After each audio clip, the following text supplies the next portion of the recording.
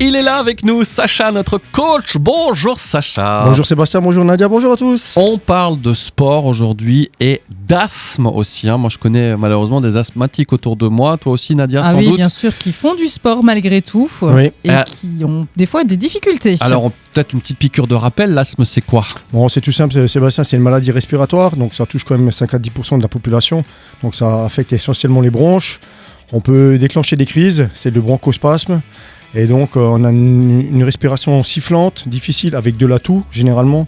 Et puis, ça peut être provoqué par l'inhalation de substances irritantes, mais surtout les conditions climatiques, comme en ce moment, le pollen. Oh là là, arrête, m'en parle pas.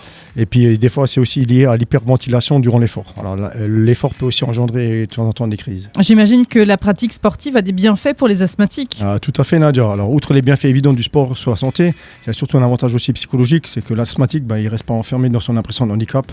Et puis, surtout, le sport, ça va travailler la respiration, donc ça va apprendre à gérer l'effort et limiter les crises. Voilà.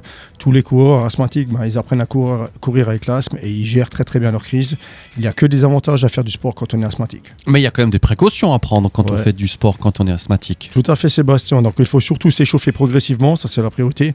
Puis pendant l'effort, il faut respirer un maximum par le nez, qui a un rôle de filtre. Donc les asthmatiques, ils ont souvent du mal à respirer pendant les efforts, ça se voit souvent.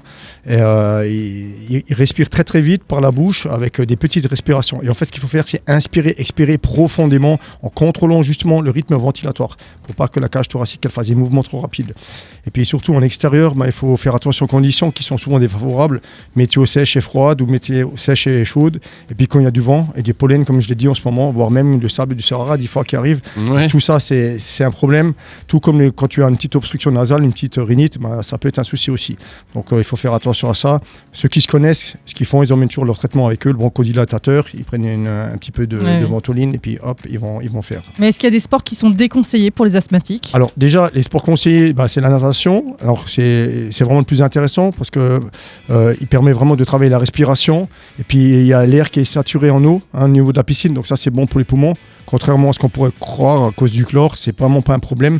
Après, le running, ça peut être une bonne activité. Par contre, c'est là où il y en a plus de chances de faire une crise. Donc, il faut faire vraiment attention à son intensité de course. Il faut bien le maîtriser, mais c'est accessible.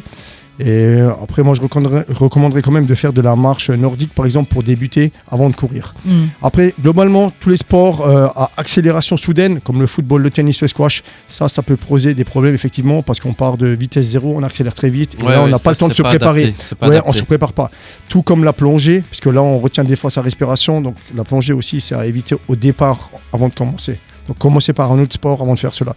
Puis, qu'on soit débutant ou non, pratiquez régulièrement en dosant les efforts et puis gardez toujours avec vous votre traitement. Voilà. Le temps sera votre allié parce qu'avec le temps, les asthmatiques, ils vont toujours mieux quand ils pratiquent. Ça, c'est sûr. Moi, j'ai eu plein de gamins qui étaient asthmatiques. Je les ai coachés et ça a mis quelques temps, mais après, ça allait beaucoup mieux. Et du coup, après, ils pouvaient reprendre le sport à l'EPS, à l'école, qu'ils faisaient plus. Voilà. Gemütlich. On reprend Gemütlich.